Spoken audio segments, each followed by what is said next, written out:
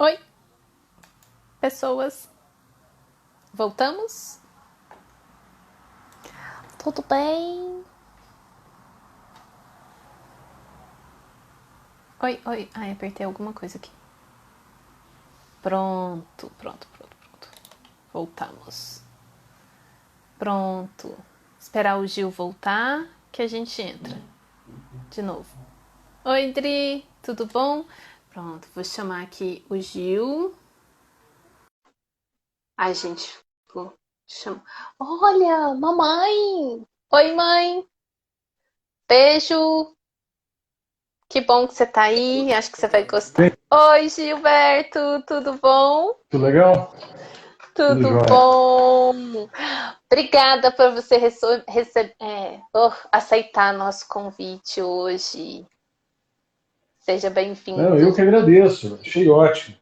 Eu estou aqui só ajeitando a posição do telefone aqui, Fica à vontade, porque eu para ficar acabei de mais ficar confortável. nervosa, porque minha mãe entrou aqui. Eu Oi, falei tá me pro ouvindo? Silvio. Tá me ouvindo Tô te direitinho? ouvindo. Tá, beleza. Tá me ouvindo legal? É, só a sua imagem que tá Tá, não, cortando. tranquilo. É, a mamãe da Gabi tá aí, gente. Na live passada eu falei que eu fiquei nervosa, né? Porque ela entra, mãe, mas olha, meu Uhum. cabelo hoje tá bonitinho. Arrumei ele só pra live hoje, mãe. Gostou? Eu falo, ô Gilberto, que quando a gente entra na live, a gente fica mais nervoso do que quando os professores, tipo o Silvio, entra na live, sabe? Bom, É. enfim, Gil, hoje nós estamos conversando com o público com envolvimento com autismo. São pais de Aham, autistas, mas a maioria aham, são os próprios autistas adultos. Você sabe que é meu público-chefe, né? Meu carro-chefe. aham, Ah, aham. então, a gente está bem ansioso para saber o que você pode trazer de contribuição para a gente, né? Com essas criaturinhas que têm um organismo tão ativado e vivenciam um estado de estresse e ansiedade crônico. E aí, se apresenta um pouquinho para a gente. Fala um Tá, pouquinho não. de Então você eu e do vou seu falar. trabalho. Bem, eu sou médico, né? Minha formação primeira foi em homeopatia. E o foco da homeopatia como especialidade é a sensibilidade, né? A homeopatia é uma medicina de pessoas sensíveis, né? Muitos dos remédios que funcionam nos pacientes que são sensíveis homeopáticos, muitas vezes não funcionam em outras pessoas, porque existe uma diferença de sensibilidade. Essa é uma questão importante. Então, meu início da minha profissão já foi orientado por estudo da homeopatia, e foi de um médico alemão, Patrício Seu, né? Que foi o Samuel Hahnemann, cujo foco dele era a questão das sensibilidades. Então, a partir dessa situação de estudar pessoas com sensibilidade, eu vi que só a homeopatia não era suficiente para responder para as demandas que essas pessoas sensíveis traziam para o consultório. Então, eu resolvi fazer uma outra especialidade, que foi a nutrologia, minha segunda especialidade. E dentro da nutrologia, eu encontrei um campo que é um campo assim, como eu diria, que é uma terra de ninguém, né? Que é Hum, o campo em que as pessoas que têm reações adversas a alimentos, né, se encontram. E esse tipo de problema, de ter sensibilidade a alimentos, é uma coisa muito complexa, porque mexe com vários sistemas. Então, quando uma pessoa tem uma sensibilidade a um alimento, ela vai ter impacto, por exemplo, no aparelho digestivo, ela vai ter impacto sim. no sistema nervoso autônomo dela, porque não tem como você ter uma reação alérgica ou inflamatória ao alimento sem isso afetar de alguma forma o teu sistema nervoso, né? Então, isso desde o início, quando eu comecei a trabalhar com nutrologia, um dos focos meus era observar a questão do impacto que os alimentos tinham nas pessoas sensíveis, né? Sim. Isso há 20 anos atrás. E no meio desse processo, emerge o autismo como uma epidemia no mundo. né? Sim. Então, subitamente, nós médicos, né, e profissionais da saúde de uma forma geral, somos avassalados com uma epidemia de autismo no mundo, né? A princípio das crianças, depois dos adolescentes e agora você estuda essa área e você vê que tem um grande número de pessoas autistas adultos, né? Uhum. E o meu foco de atenção com relação a essa relação entre autismo e os distúrbios que podem desencadear nessas pessoas sensíveis, né, que são desencadeados por alimentos, eu foco no alimento. Eu escrevi um livro, foi publicado ano passado, né, que você tem nas suas mãos. E nesse livro, Gente, a gente desculpa, fala. ele tá autografado, foi mal aí, tá? Esse livro fala a respeito das várias possibilidades de reações de sensibilidade a alimentos, né? Então, a gente vê assim que as pessoas podem ter várias reações a alimentos que elas desconhecem. Enxaqueca, Exatamente. dor. Muita gente que tem fibromialgia tem reações a diversos alimentos. E só consegue perceber isso aí quando retira da dieta, né? Muitas crianças autistas, quando fazem uma dieta de exclusão bem feita, né, feita de forma adequada, podem ter, seus pais, seus cuidadores podem ter, assim, experiências extraordinárias com isso. Ou seja, a Sim. vida dessa Uhum. criança às vezes pode mudar por exclusão de alimentos que causam reações inflamatórias. Sejam eles mais comuns, que no caso é o glúten, né, leite, enfim, Uhum. até coisas que não são necessárias à vida, como corantes, conservantes, acidulantes, enfim, uma série de porcarias que colocam nos alimentos e que são Sim. dados às crianças e que essas coisas, sabidamente, têm uma neurotoxicidade, né? São coisas Uhum. tóxicas para pessoas sensíveis e podem alterar comportamentos de forma grosseira de crianças e de adultos mesmo, né? E de adultos, exatamente. Essas pessoas são sensíveis. Então, assim, o meu foco, a minha contribuição na medicina para as pessoas que são portadoras de espectro autista, né, é nessa questão ambiental, ou seja, que fatores ambientais podem suscitar reações inflamatórias no organismo dessas pessoas, e essas reações inflamatórias, elas podem ter efeito no sistema nervoso autônomo dos autistas. Uhum. E aí surge o link entre a medicina e a psicologia, né? Sim. Daí a necessidade de se estudar o sistema nervoso autônomo, porque o sistema nervoso autônomo seria a tênue fronteira que existe entre a psicologia e a medicina, onde elas se Aí vou encontram. pedir para você falar um pouquinho do sistema nervoso autônomo de uma forma Uhum. bacana para as pessoas que não conhecem saber. Bem, o sistema nervoso autônomo, ele é uma pessoa que vive dentro da gente e que essa pessoa ela é encarregada de fazer aqueles serviços gerais de casa, né?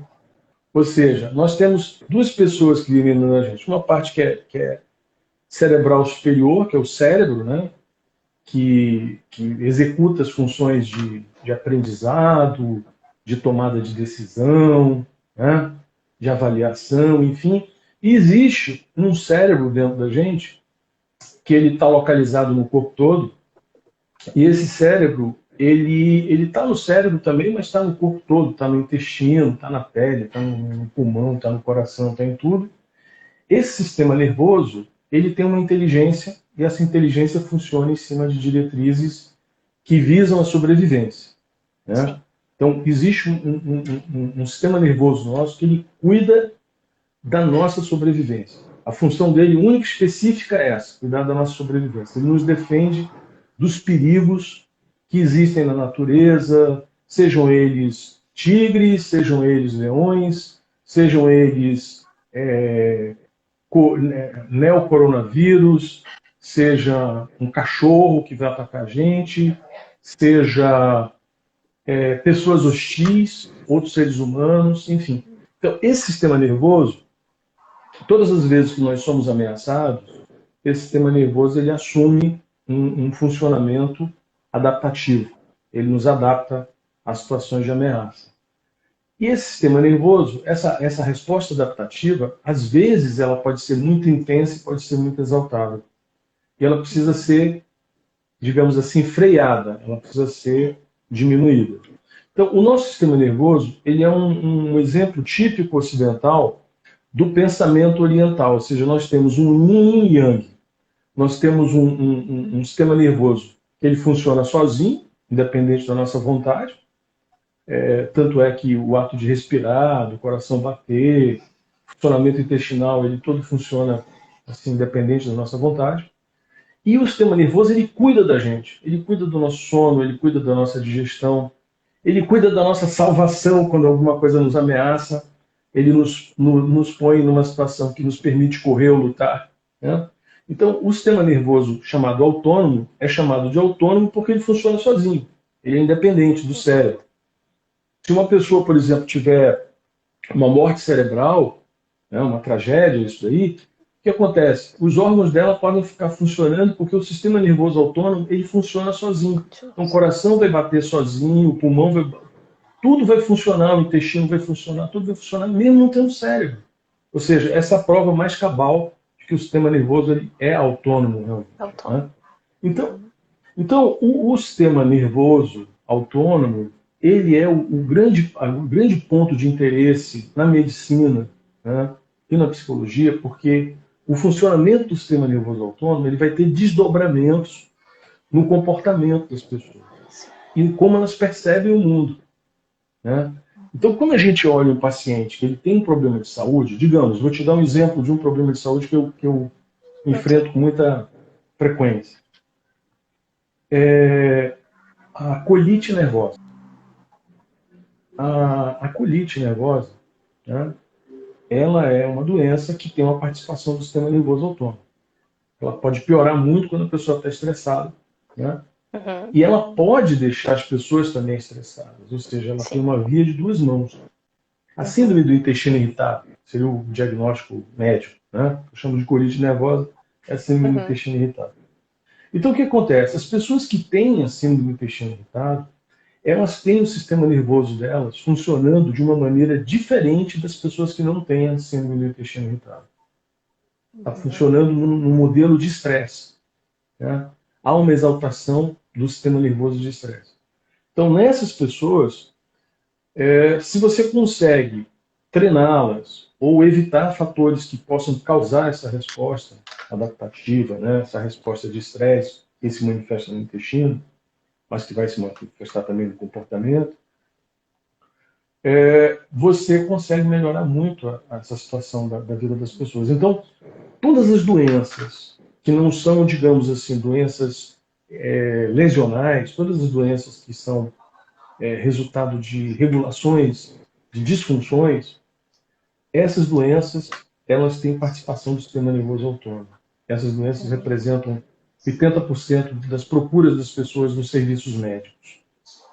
Essas pessoas, por terem o sistema nervoso autônomo alterado, não funcionando direitinho, elas têm comportamentos também alterados. Então, o que acontece? Na maioria das vezes, o médico foca só nos sintomas orgânicos e ele fica sem ver, ou não quer ver, ou não é treinado para ver os sintomas mentais, os sintomas comportamentais.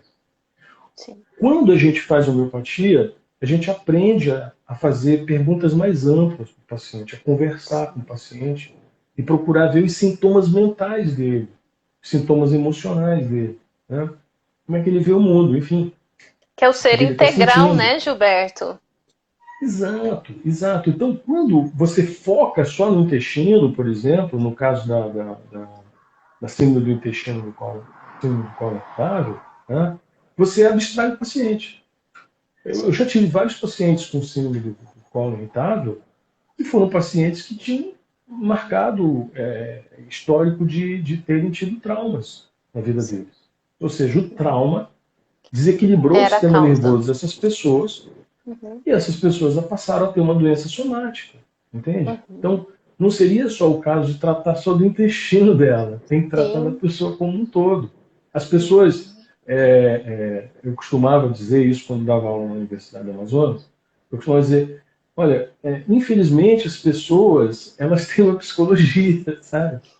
Elas têm uma Sim, alma, né? Então, não tem como você tratar só os corpos das pessoas. Você precisa conversar com elas, você precisa perfeito. acolhê-las, né? Você Uhum. tem que ter um relacionamento com as pessoas. Porque senão você vai ser aquele cara que está em busca do diagnóstico, né? Ok, se é uma doença orgânica, ok, você vai chegar lá no diagnóstico que Uhum. pode ajudar as pessoas, fazer uma cirurgia, ou usar um Uhum. antibiótico, enfim, né? Porém, se esse problema de saúde é um problema desregulatório, aí a coisa já toma um outro caminho. Uhum. Porque normalmente os problemas desregulatórios, disfuncionais, que têm a ver com o sistema nervoso autônomo, eles geralmente são crônicos. É o caso da hipertensão, do diabetes, né? Da ansiedade, enfim, da síndrome do pânico, né? E onde é que a gente entra nos autistas em relação a isso, né? Onde é que está o autista nessa situação? Como os autistas, eles são pessoas muito sensíveis, são Sim. sensíveis a odores, são sensíveis a impressões, são sensíveis a ruídos, a barulhos, né? Uhum. Existem autistas que têm sensibilidades a timbre de voz, né? Ou seja, Exatamente. alguns timbres ofendem, né? E outros agradam, né? Ó, Enfim, exatamente, eu ia falar isso. O sagrado. outros agradam. Então, essa questão da sensibilidade do autista, ela tem muito a ver com o sistema nervoso. Por quê? Porque o sistema nervoso autônomo, quando ele está em equilíbrio, você tem um tipo de percepção das coisas que, digamos, é mais agradável, né? Sim. Ou tolerável. Por exemplo, uma situação que deixa o sistema nervoso muito desequilibrado é não dormir. Não dormir de uma forma adequada. Perfeito. As pessoas que não dormem direito, elas vão ter alterações do seu sistema nervoso que vão fazer com que essas pessoas elas tenham uma sensibilidade maior à dor. Ou Sim. seja, se a pessoa já tem uma dor, seja qual for, uma Muito mais enxaqueca, sensível. ela vai ficar muito mais sensível à dor por ela não dormir. Uhum. Uhum. Pela pessoa não dormir de uma forma adequada, ela também vai ter um comportamento mais estressado, né?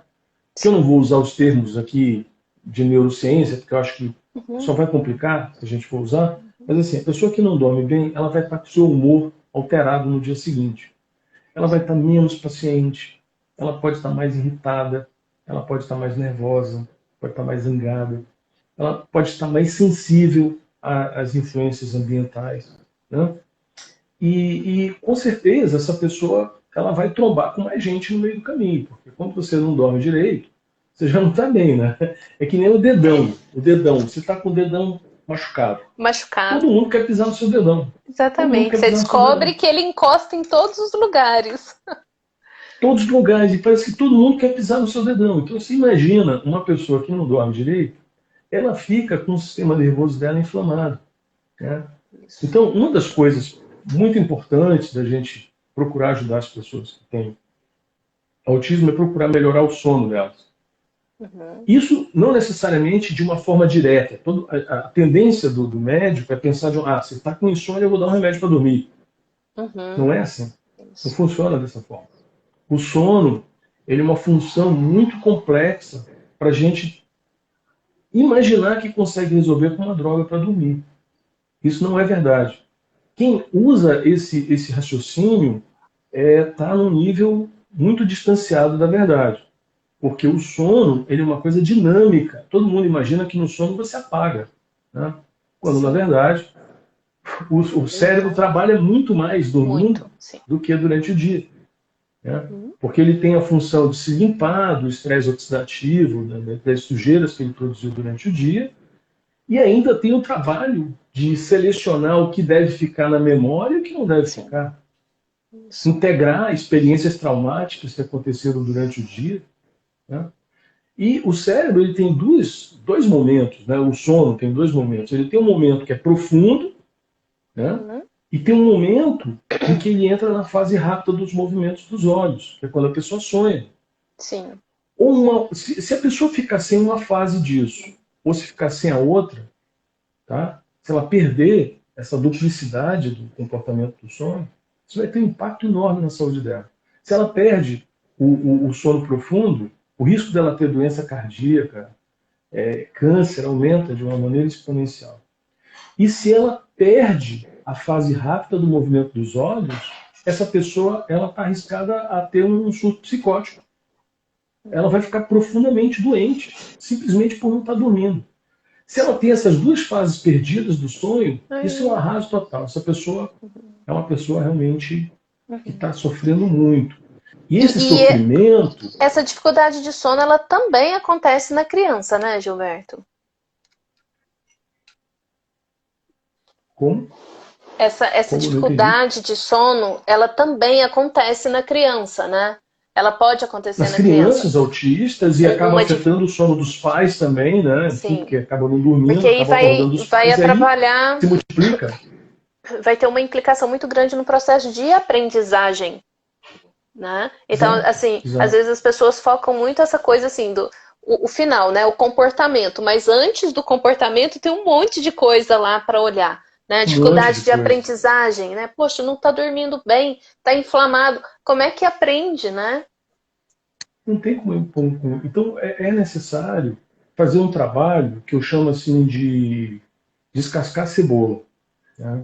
Ou seja, você vai tirando cada agressão, cada fator ambiental, um por um, e vai tentando trabalhar isso a médio e longo prazo com os pais e com a pessoa, para ir diminuindo a inflamação. Porque, por exemplo, uma das coisas que eu já conversei com você, se a pessoa mora numa casa que tem fungos, mofo, isso tem um impacto enorme no cérebro das pessoas, saudáveis. Se a pessoa já tem um espectro, que é mais sensível, o indivíduo alérgico, esse impacto vai ser multiplicado por centenas de vezes, entende?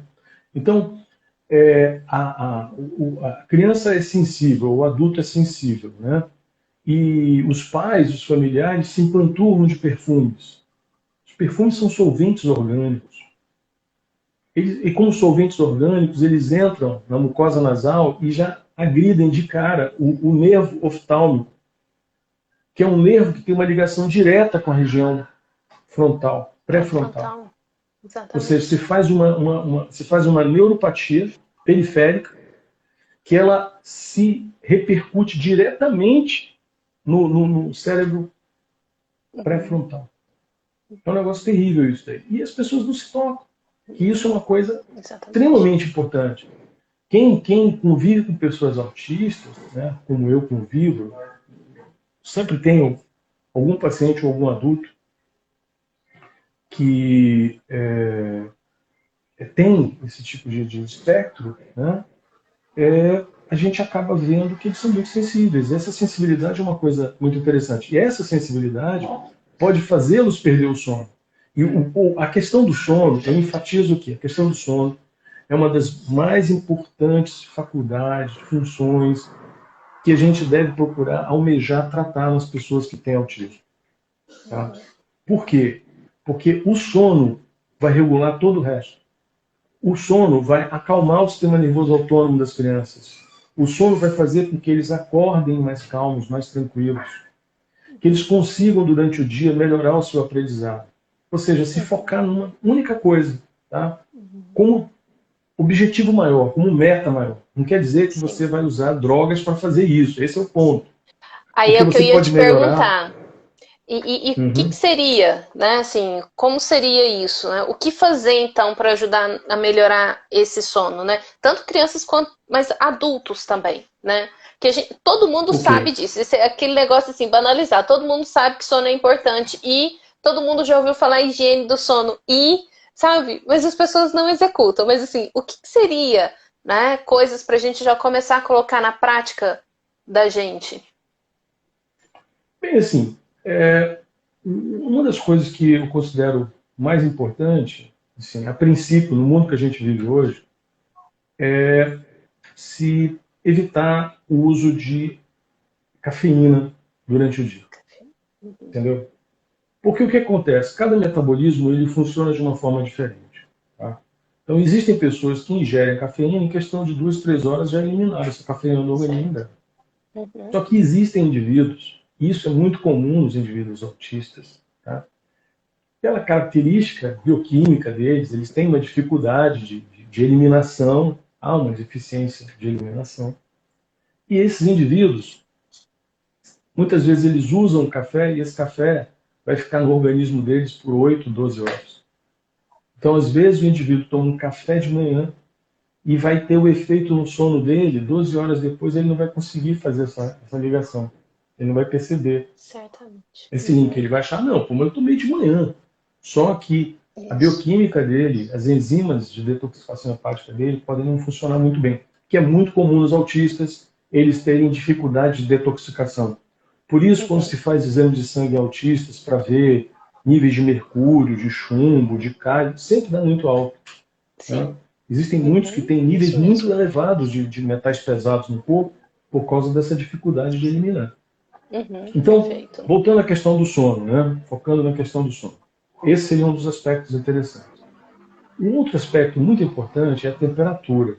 A temperatura na qual uma pessoa dorme tem um impacto direto nos mecanismos que vão levar a pessoa a dormir. Então, a temperatura, ela sempre tem que ser uma temperatura baixa. Tá? Então, uma temperatura abaixo de 23 graus, 22 graus, entendeu? É muito importante que haja uma redistribuição do calor no corpo. Pessoas que têm dificuldade para dormir, eu fortemente recomendo algumas coisas assim, bem simples. Primeiro, usar uma luz amarela no quarto. Tá? Não usar luz branca. Luz branca, exatamente. E essa luz tem que ser uma potência menor, para já quando entrar à noite no quarto, aquilo sinalizar que ela vai dormir. Não ter televisão, né? Desligar celular, enfim, aquelas coisas todas. Tomar um banho morno. Esse banho morno é super importante, porque quando você toma um banho morno, o que acontece? Vai haver um fluxo de sangue dos órgãos internos para a periferia do corpo. E isso, fisiologicamente, acontece quando nós estamos dormindo. Então, você está imitando a natureza. O ato de tomar o banho quente, morno, tá? Você estaria dando uma informação para o corpo para ele fazer exatamente o que ele faz quando você vai dormir. Quando você vai dormir, o calor interno do corpo ele se redistribui para a periferia, para a pele e para os pés. Então, tem um ditado no interior que diz assim, para se dormir bem, a cabeça tem que estar fria e o pé tem que estar quente. Ótimo, exatamente. Excelente. Se o pé está frio, a pessoa não vai dormir. Sabe por quê? As extremidades elas têm uma inervação predominantemente simpática. Predominantemente simpática. Se as extremidades dos pés e das mãos estão frias, o sistema nervoso simpático, que é o sistema nervoso do estresse, ele está em atividade plena. Essa pessoa vai ter dificuldade de dormir. Entendeu? Então, quando você faz essa imitação, essa mimetização da distribuição de calor, ou seja, toma um banho quente, ou pode fazer um escaldapé. Escaldapé é um negócio fabuloso. Tá? E escaldapé é um negócio que pode ser feito de uma forma assim, bem requitada, sabe? Pode colocar óleos essenciais, assim, tal. Sim. Mas, na verdade, o escaldapé, o que faz ele funcionar legal é essa redistribuição de sangue. Ele está mandando sangue para a periferia e está imitando a fisiologia do sono, deslocando o calor interno para a região periférica do corpo. Quando isso acontece, isso está acontecendo por influência do sistema nervoso autônomo. Ele é que comanda tudo. Tá? Então, essa seria uma questão. Nas crianças autistas, que às vezes têm muita dificuldade para dormir, tá? Existe uma maneira, assim, principalmente dos menores, né, quando tem muita dificuldade para dormir, se pode usar uma coisa muito simples, e é uma coisa muito antiga. Chama-se sal de ândrico. Tá? Ou sulfato de magnésio mesmo, que é o chamado sal amargo. Né? Aqui no Amazonas o pessoal conhece como sal amargo, né? Que é o sulfato de magnésio, que é usado como catártico, né? Para produzir diarreia, enfim. Mas assim, ele é usado para induzir o sono de uma forma muito interessante. Você pode fazer de várias formas. Você pode pegar 80 gramas e colocar, por exemplo, dentro de uma banheira.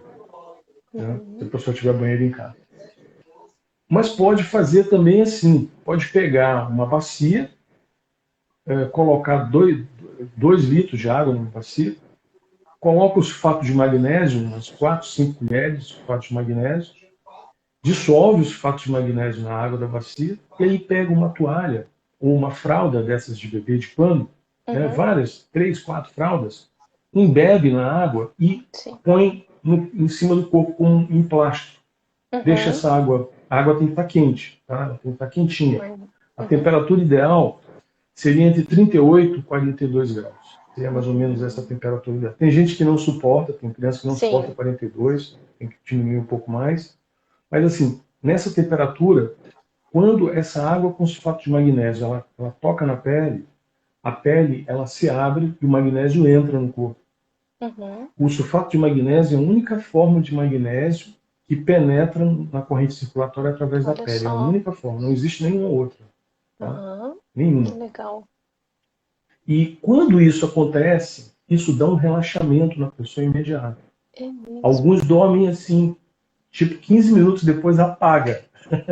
Os grandinhos podem fazer isso também, né? Também, claro que podem fazer, sem dúvida, sem dúvida. Esse uso do sulfato de magnésio, ele surgiu na Inglaterra, há muito tempo atrás, numa cidade chamada Epsom. Nessa cidade havia uma fonte de água sulfúrica magnesiana.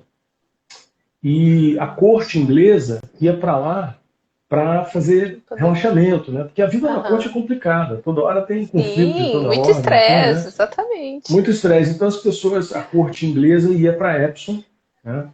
Tomar esses banhos de água sulfúrica magnesiana e as pessoas não estavam zeradas já. Né? Os reis, os condes, os príncipes, enfim. Com o tempo, muita gente na Europa ia para Epsom fazer spa lá, né? Só que não tinha sentido todo mundo ir para Epsom fazer isso, né?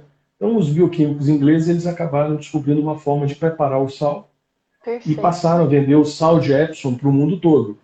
Aqui no Brasil a gente dificilmente consegue comprar sal de Epsom do jeito que era vendido no passado, mas nos Estados Unidos se consegue. E o sal de Epsom nada mais é do que o sulfato de magnésio. Sulfato de magnésio, gente, anota aí. Sulfato de magnésio, que é também conhecido como sal amargo, né? Ou pode ser comprado em sachêzinhos pequenininhos, que é o sal de Andrius. Andrius. Não é sal de heno nem outro sal, é sal de Andrius. É um verde. Andrius, é um verdinho claro. Vende na farmácia. Às vezes a pessoa não consegue encontrar, pega 10 pacotinhos desses, coloca na bacia, bebe com água, coloca ali, faz um emplasto, nossa, dá um relaxamento enorme. Sabe? Gilberto, uma coisa que eu acho muito legal, assim, você trabalha com o nome da sua clínica é Medicina Integrativa? Como é que é o nome da clínica? O nome da clínica é Sinai Medicina Integrativa. Medicina Integrativa. Sistema de imunoterapia, nutrição, alergia e infravermelho. Uau! Pois é, isso sim que eu chamo de sistema integrado, né? Então, porque assim, o que você traz pra gente são coisas muito naturais, né? A homeopatia é muito isso, né? E assim, é um cuidado muito humano, porque não é agressivo ao organismo, que eu fico pensando, né?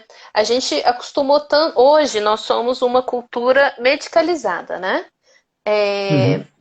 Então, é remédio para dormir, é remédio para ansiedade, é remédio para estresse, é para depressão. E esses medicamentos, eles são extremamente agressivos e desreguladores para o organismo.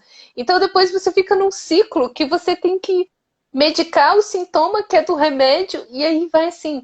Então, eu adoro essa coisa da medicina integrativa, porque você vê o ser humano como um todo e é um cuidado muito orgânico e natural com aquele... Não, imagina, o nosso organismo é de uma sensibilidade absurda, né? E a gente agride ele constantemente. Desde a alimentação, as questões ambientais, que a gente nem pensa sobre isso, né? Aí me surgiu uma dúvida. Um organismo inflamado, ele vai afetar o sono da pessoa? Em questão de alimentação, de alergênicos externos também, isso pode ter um efeito no sono da pessoa? Pode. Por exemplo, se uma pessoa tem uma alergia inalatória, por exemplo, tem alergia ácaro, ela deita no colchão, o colchão está cheio de ácaro, o travesseiro está cheio de ácaro, ela inala esse ácaro. Para ela não sufocar à noite, o que o Ela vai corpo dela tossir. faz? Libera adrenalina e Eu libera falei, ela vai cortisol. tossir. Eu já fiquei com vontade de Não, tossir. não, ela vai Eu tossir, vou vai tossir, espirrar mas... também, mas além disso, ela vai liberar adrenalina e cortisol e ela vai acordar Perfeito. no meio do sono. Porque esses dois Isso. hormônios não devem ser liberados à noite. Durante a Eles só devem noite. ser liberados em vigília, entende? Uhum. Então Pois é é. essa a situação. Uhum. Então a criança, por exemplo, ou adulto mesmo, que tem a Uhum. sensibilidade a glúten, por exemplo, eu tenho vários pacientes com essa Uhum. sensibilidade, que não são celíacos, eles têm sensibilidade. Você tira o glúten, ou leite, alguns são sensíveis a leite também. Sim. Você tira e é surpreendente, a pessoa dorme. Assim. É... E alguns dizem assim, caramba, eu estou dormindo, fazia muitos anos que eu não dormia assim. Eu não estou dizendo que Olha todas só. as pessoas que têm Sim. insônia têm, Uhum. mas É esse o aqueles que problema, né? têm esse nexo Uhum. causal, essa relação, né, Sim. quando você tira, é surpreendente. Por isso eu acho fabuloso a questão da dieta de exclusão. Sim. Porque em 5 dias, a pessoa consegue definir se tem alimento que está fazendo mal para ela. Principalmente se a pessoa tiver um nível de sensibilidade muito grande ou tiver Uhum. um espectro autista. Né? Uhum. Sim. Aliás, por falar em espectro autista, né, Uhum. eu, eu acabei, Ih, lá vem. eu acabei preenchendo um teste, né, um teste americano que você Aham. me recomendou, né? E Sim. esse teste é feito uma avaliação comportamental da pessoa, enfim, essa coisa toda. E esse teste é enviado para os Estados Unidos, para um serviço de referência, né, de neurologia, né, neuropsicologia. Uhum. E o meu teste deu um perfil assim, né, bem Considerável, coleguinha. considerável, né, de um perfil autista. E aí eu fiquei Aham. pensando comigo assim, eu falei, não é à toa que eu consigo ter uma empatia tão grande Uhum. pelas pessoas e pelas crianças autistas, né? Sim. Porque essa compaixão, na verdade, ela é um resultado de uma autocompaixão, né? Porque, assim, ao longo da minha vida toda, por causa dessas características, eu sofri pra caramba. Eu tive uma série de Sim. percalços na vida, enfim, De de não ser dificuldades, né? entendido, De não... de não Isso. ser entendido, né? É. E às vezes de não me entender, né? Porque, Exatamente. né? Então é Uhum. uma situação. É. Eu sou muito solidário às pessoas que têm esse problema, Uhum. sendo as crianças ou os adultos, e os compreendo, porque na verdade já passei pelo sofrimento e ainda hoje passo. Né? Sim. Sim, tem determinados ambientes que eu não consigo ficar, porque Uhum. me sobrecarrega. Né? Então isso é visto como Isso. assim, uma pessoa vaidosa, orgulhosa, metida a besta, quando na verdade não é nada disso, é porque o excesso de pessoas e barulhos e ruídos fazem com que você saia da sua sintonia, você perca a sua Uhum. sintonia. É, Né? Gilberto, e aí a gente até andou Uhum. conversando, eu queria ter perguntado mais sobre isso assim. E aí você tem essa prática de autocuidado muito interessante com Uhum. você, né? De atividade física. Você falou que você está bem Sim. rigoroso atualmente com a questão da higiene do sono, Uhum. né? Sim, sim. O que você percebe no seu organismo? Ele tem essa disponibilidade para entrar em estresse facilmente? Você consegue amenizar isso com atividade física? O que você percebe? Ou até com os treinos, né, da variabilidade cardíaca, vamos falar sobre isso também, né, que seria a minha Uhum. Ok. próxima pergunta. O que você percebe do seu Uhum. organismo? Né, você falou que esses dias Não, você está fazendo as medições. sim, tenho feito as medições. E assim, o que aconteceu? Quando agora nesse período da quarentena, eu dei um foco maior para a questão do meu sono, né? Uhum, Foi nítida a melhora da questão da variabilidade do ritmo cardíaco, do funcionamento do meu sistema nervoso, né? uhum, Eu sou facilmente impressionável, né?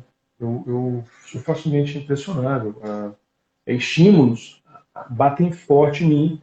Eu tenho uhum. meu sistema nervoso simpático, ele é dominante em relação ao meu parassimpático. Então, o meu grande desafio é tentar fazer com que o meu sistema, não o meu sistema nervoso simpático deixe de ser o que ele é, mas o meu parasimpático Fortaleça, né? Para dar conta do recado, né?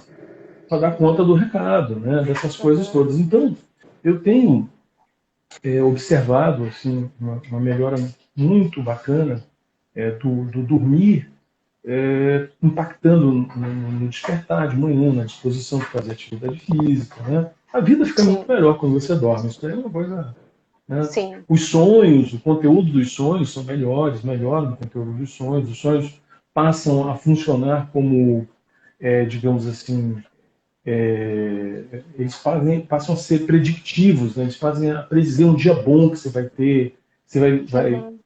digamos assim, mesmo que coisas ruins, o Tito está aqui tentando derrubar. Tá Ah, com... o Tito, gente, né? Claro, todo mundo tem que. O Snow tava aqui agorinha, ele tava perturbando para querer sair. O Tito é o ele está aqui. companheiro do Gilberto. Então, e, e assim, quando você tem sonhos bons, os sonhos que você tem bons, eles funcionam como um oráculo de probabilidades boas para você.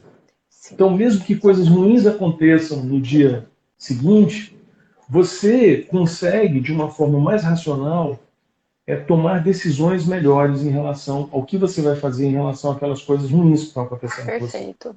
Se você não está dormindo bem, quando as coisas ruins acontecem, você já está desgastado. Então, a tua capacidade, a tua resiliência para suportar essas adversidades, ela está diminuída. Isso. A tua reserva técnica está baixa. Uhum.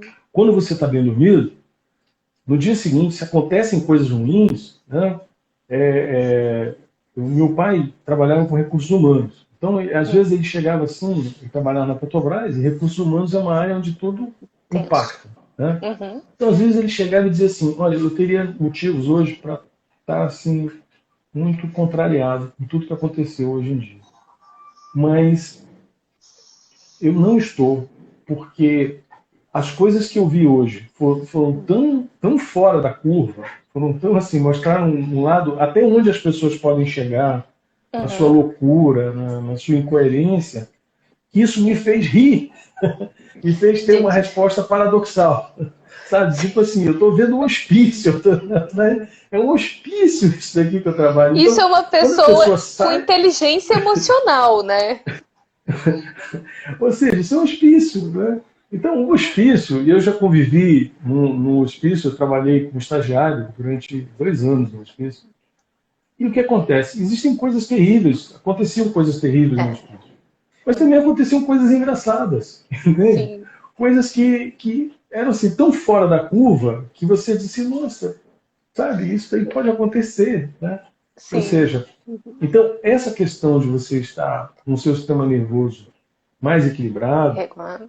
faz com que você consiga suportar melhor as adversidades da vida, que elas sempre vão acontecer, os dias Sim, sempre são imprevisíveis. Quem imaginaria que hoje, em 2020, nós estaríamos né? vivendo uma pandemia dessa? No, no, no, Uhum. em dezembro do ano passado, por exemplo. Ninguém Sim. imaginava uma coisa dessa. Uhum. Né? Alguém estava preparado para isso? Ninguém. A Uhum. maior prova de que ninguém está preparado, ninguém estava preparado para isso, é você ver, por exemplo, o que está acontecendo aqui em Manaus. O governador não tem autoridade, o prefeito não tem autoridade, o secretário de saúde do estado do município não tem autoridade. Aí o Uhum. Ministério Público vai lançar um lockdown amanhã, né, aqui em Manaus, sem discutir com o Ministério da Saúde, sem discutir com a Secretaria de Saúde do município do estado. Ou seja, uma situação que tende a piorar, porque se as pessoas entendessem que existem hierarquias para a solução de problemas, Sim. sem você hierarquizar as coisas, você não tem como resolver os problemas. Como eu te falei, uma das principais coisas que precisa ser hierarquizada numa pessoa que tem problemas de sensibilidade e comportamento é o sono, É o sono. certo? Uhum. Sim, Numa sim. sociedade como a nossa, que está extremamente vulnerável, passando por vários Uhum. problemas, tem que ter uma Sim. autoridade que ela é suprapolítica, né? Eu tenho um amigo aqui, que foi meu professor na faculdade, que seria um cara para exercer essa autoridade, né? Que é o Uhum. Bernardino, que é infectologista, professor de medicina infecciosa e parasitária, mas esse cara ninguém consultou ele. Ele é o maior especialista que a gente tem, um É. cara que já cuidou de várias É. epidemias, Uhum. já viveu várias epidemias na vida dele. Não, senhor. Aí você vai buscar quem? Ministério Público. O que sabe o Ministério Público de Saúde, de epidemia? Nada. E vai tomar uma decisão dessa sem consultar os outros. Ou seja, a tendência é piorar mais ainda. Então, no caso dos autistas, eu penso, né, que essa questão de se privilegiar o sono como um target, independente da dieta, do medicamento, da terapia cognitiva que você faça, dos exercícios respiratórios, sono. Para fazer isso, tem uma estrada, né? Trabalhar o sistema nervoso autônomo. E aí a gente entra na questão da respiração. Né? A questão da respiração. Porque aí você falou, né, a questão do treino, né? Ou de melhorar essa questão do sistema autônomo, né? O parasimpático, que é o que vai trazer o organismo para a homeostase, né? Isso é treinável, né, Gilberto? Da forma mais democrática possível. É uma coisa treinável, isso é fabuloso isso, porque qualquer pessoa que chega no consultório que eu indico essa terapia, eu digo para ele assim, você conseguiria amanhã correr 5 quilômetros? Né? Se não for um corredor, o cara vai dizer não. Sim, não. Mas se você treinar, em 3 meses você corre. 3 meses você corre 5 quilômetros. Qualquer pessoa que não tenha nenhum problema físico, ou mesmo que tenha, consegue em 3 meses correr 5 quilômetros. Não vai correr que nem o Bolt, você vai correr, tá? E se sentir feliz por fazer isso. Então, a questão de treinar o sistema nervoso para ele ter um melhor padrão de funcionamento é um exercício também. Né? É um exercício. E fabuloso essa questão do neurofeedback, que é uma coisa que, digamos, entrou na minha vida ano passado, né? E eu já estudava o sistema nervoso autônomo por outros métodos, né? Sistema nervoso simpático, parasimpático e tal. Mas o biofeedback, ele me deu a possibilidade real, concreta, de intervir no sistema nervoso autônomo de uma forma pedagógica. Sim. Sem drogas. Pedagógica. Ensinar a pessoa a usar o seu sistema nervoso a seu favor. Poder ensinar isso daí para as pessoas, eu considero um negócio fabuloso, uma missão extraordinária. Poder oferecer isso para as pessoas. Né? E é uma coisa que é validada por N literaturas, por vários exatamente. Sabe? Funciona na hipertensão, funciona na asma, funciona na enxaqueca, na dor crônica, no distúrbio do sono, enfim. E eu acho que é uma questão que pode ser empregada muito bem naqueles pacientes que, além de terem problemas físicos, têm problemas de humor, de relacionamento, de estresse, o sistema nervoso não funciona direito, né? Enfim. Então, assim, essa questão do sistema nervoso autônomo, é como eu te falei no início da nossa conversa, ela é o limite, é a fronteira entre a medicina que se ocupa só da questão dos órgãos e tal, né? E a psicologia que se ocupa só da questão do comportamento, enfim, da parte psicológica. É o meio das duas coisas, é onde as coisas conversam. Onde você vê as pessoas, assim, um fenômeno mesmo, né? Cada vez mais eu falo isso, né? Hoje não dá para um médico, né, não olhar o que tá por trás da história da pessoa, o que construiu, né, aquele adoecimento ali. Da mesma forma, o psicólogo, e aí o psicólogo ele vai ter, assim como a medicina, ele também, se não se atualizar, ele vai ter um problema sério. Porque não existe comportamento funcional, eu sempre falo isso, não existe comportamento funcional se eu não tenho um corpo, se eu não tenho um organismo desinflamado e regulado, né? E aí não adianta eu trabalhar técnicas de regulação emocional, ensinar a pessoa, quando você estiver com estresse, você faz isso, isso, isso, tal, porque se você não vai dormir bem, se você vai comer, vai inflamar seu organismo. Então, se a gente não começar a considerar o ser integral, né, seja em equipe, seja você... Eu nunca vou me aprofundar nas questões orgânicas, mas eu preciso ter noção que isso afeta no comportamento do paciente, inclusive para começar a fazer uma triagem e falar, olha, então procura um nutrólogo, então procura, né, um outro profissional para você investigar essas coisas. Mas se eu nem tiver isso sob o meu olhar, saber que eu tenho que olhar para aquilo, eu não vou caminhar com esse paciente, né? E aí eu sempre falo que nós somos analfabetos emocionais, né? A gente não consegue, a gente não conhece as nossas emoções. E que as emoções, a gente acostumou tanto assim, né? Quando fala assim, isso é psicológico, ou isso é emocional. Que parece uma entidade, né? Uma coisa abstrata, né? E que toma conta do nosso corpo. E que não é isso, porque as emoções a gente sente no corpo.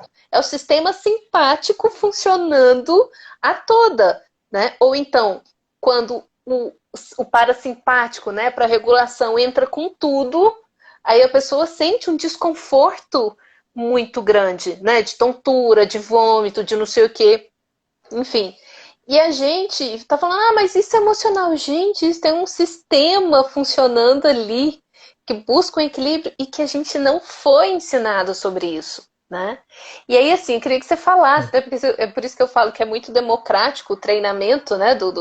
O fortalecimento do parasimpático, porque assim, cara, é através da respiração que a gente treina isso, né, Gilberto? Através da respiração. A Através da respiração respiração. é a coisa mais frequente, Show. é a coisa que surge com a gente quando a gente nasce. Ou seja, você está vivo quando você puxa o ar a primeira vez. Você morre quando você... Ou seja, não existe nada mais Perfeito. vital do que a respiração. Aí a pessoa diz, mas é só respirando. Essa respiração, se ela entrar num determinado ritmo, se ela começa a funcionar numa determinada frequência, a respiração ela começa a gerar um padrão elétrico, energético no nosso sistema nervoso, que muda a nossa fisiologia.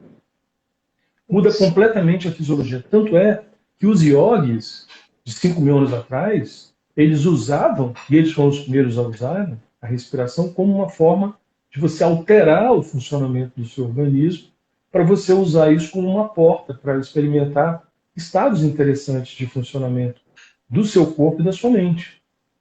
Então, o biofeedback é uma coisa assim que ele fechou numa porta específica do uso da respiração. Mas existem outras portas que podem ser abertas. Sim, É sim. muito além disso. Né? Quando uma pessoa respira, presta atenção na sua respiração, e ela é convidada a pensar numa determinada coisa, ou imaginar uma determinada situação, o conteúdo desse filme que começa a passar na cabeça da pessoa pode ter um efeito extraordinário na mudança da visão que a pessoa vai ter do mundo a partir daquela experiência. Porque você imagina o seguinte, a primeira vez que você consegue ler um livro e você consegue imaginar na sua cabeça aquele romance que você está lendo como um filme, essa experiência que você viveu pela primeira vez, você abriu uma porta na sua cabeça. Sim. Porque você consegue imaginar a história na sua cabeça, roda um filme na sua cabeça. Esse é um uso imaginativo.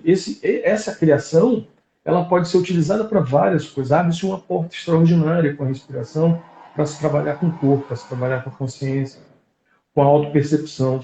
Inclusive, Sim. uma das coisas que eu estava lendo hoje, né, a respeito dessa questão da respiração, e você conectar a respiração com pensamentos, é uma coisa muito interessante. As pessoas que conseguem trabalhar a sua respiração ao ponto de equilibrar o seu sistema nervoso, fazendo com que ele entre num padrão que a gente chama de alta coerência, né? Quando a pessoa está no estado de alta coerência, ela é capaz de perceber as emoções das outras pessoas, ela é capaz de nominar as emoções das outras pessoas. Esse é um dos problemas que os autistas têm. Os autistas têm dificuldade de ler as emoções, digamos, o contexto que está acontecendo em torno dele. Por quê? Porque o sistema nervoso simpático dele está muito ativo. Muito ativado, exatamente. Muito ativado. E eles não conseguem perceber essa expressão facial das pessoas. Exato. Quando você desativa esse simpático, aumenta o parasimpático, há o efeito da empatia e a pessoa consegue perceber o que está acontecendo no outro. E o mais interessante de tudo isso é que quando você está num estado de coerência, que o seu sistema nervoso está funcionando melhor, você é capaz também de nominar suas próprias emoções. Você consegue dizer, eu estou triste, eu estou irritado, eu estou me sentindo oprimido, né? Enfim, a partir do momento que a pessoa consegue dar um nome para o que ela está experimentando, aquela sensação que ela está sentindo, ela consegue ressignificar isso daí. Ela consegue Exatamente. conviver com isso melhor. Porque Uhum. se eu digo assim, eu estou sentindo medo, eu consigo sentir o medo no meu corpo, tá? Sim, eu Uhum. estou com medo. A partir do momento que eu digo sim, eu estou com medo, isso deixa de ser uma coisa, digamos assim, Hum, perdida. isso. Passa a Isso. ser uma coisa vivida. Eu estou compreendendo que eu estou com medo. É Aí vem aquela tomar pergunta, por que eu consciência, estou com medo? né? É tomar consciência da informação que o corpo tá te dando, né? É o que Ou eu estava seja, falando antes da gente entrar. Isso é uma coisa que eu trabalho muito com os pacientes, que é toma consciência do que está acontecendo, da informação que seu corpo está te trazendo. E a gente não sabe o que faz com o desconforto, então a gente quer se livrar dele e não mergulha para ver, não consulta para ver. Então toma consciência. Tomo consciência dessa ansiedade que eu estou sentindo, ainda não sei o que ela é. Então, vamos respirar nela, né? Assim que eu entrei, antes de você entrar, eu estava fazendo um exercício de respiração, que chama respiração com foco no coração, né? Que é bem assim, são coisas tão simples, sabe? Para a gente começar a tomar consciência das sensações corporais, né? E do poder da respiração nisso. Que é sair da mente pensante e ancorar no corpo, né? E o corpo, ele tem essa inteligência de se isso. autorregular, né? Muito, Essa muito. questão da respiração, né, é muito, muito profunda, porque eu tive a sorte de, na minha infância, quando morava no interior de São Paulo, os meus pais terem se tornado Rosacruzes. E uma das coisas que Olha os só. Rosacruzes praticam muito é a questão da respiração, É de sons isso. vocálicos, Uhum. meditação. E eu era muito criança, eu acabei enveredando nesse caminho, acabei entrando nisso. E acabei aprendendo a respirar. Na época eu não tinha uma compreensão profunda do que eu Sim. estava fazendo, né? Enfim, era mais por imitação, né? Do que hoje, por exemplo, que hoje eu sei o que eu estou querendo buscar, o que eu estou querendo atingir quando eu estou fazendo exercício Uhum. respiratório, quando eu estou fazendo uma meditação, né? O mais fabuloso de tudo é hoje eu poder, e todo mundo pode fazer isso, É. conseguir visualizar o impacto que uma meditação tem no seu sistema Uhum. nervoso. Isso eu acho Uhum. uma coisa fabulosa do biofeedback. Ah. A Uhum. pessoa faz uma medição do seu sistema nervoso antes de fazer uma meditação e depois da meditação ela faz uma outra mensuração, um outro Medição. snapshot. Né? Uhum. Muito bem. Isso. Muda o padrão de funcionamento Muito bom. energético do sistema nervoso, do coração, muda completamente. Completamente. Ele Exatamente. fica da mesma forma que quando você está no estado de coerência entre a respiração e o coração, que é o Uhum. exercício do biofeedback. Uhum. Isso é fabuloso, porque É. não é uma coisa mais subjetiva. Ou seja, até então, fazer meditação é ficar e tal, estou numa boa. É. Não. Você consegue saber se a sua meditação foi Medir, bem né? sucedida. Uhum. Você Ao consegue longo. medir o grau de potência que essa meditação aumentou no teu coração. Quando uma pessoa Uhum. faz a meditação de forma correta, a gente sabe que nessas medidas que a gente faz do sistema nervoso autônomo, uma dessas medidas você mede a potência da energia do Isso. coração. Uhum. Quando uma pessoa faz uma meditação bem sucedida, essa potência aumenta 4 vezes, se multiplica por Uhum. 4. É como se a pessoa tivesse Interessante. feito um treino de atividade física de alta intensidade, que também aumenta a potência do coração Uhum. aí dezenas de vezes, né? Uhum. Mas você consegue fazer isso parado, parado. É. Ou seja, quando você está gastando menos energia, quando você está consumindo menos glicose, você está produzindo menos adrenalina, você está produzindo menos cortisol, o teu corpo aumenta a potência do teu coração 4 vezes. Uhum. Né? Ou Exatamente. seja, essa é uma prova cabal de que o coração não é apenas uma bomba. Porque se fosse Não só uma mesmo. bomba, aumentar essa potência toda aí, né? Para que ele estaria aumentando essa potência toda? Qual seria, Gil, digamos, a ah, intenção de aumentar essa potência toda? ó, o vídeo vai cair. Nós vamos encerrar aqui e Aham, vamos voltar para a gente tirar algumas duvidazinhas e encerrar, tá bom? tá bom. Aí você me Já ensina como fazer voltamos. isso. Já voltamos agora.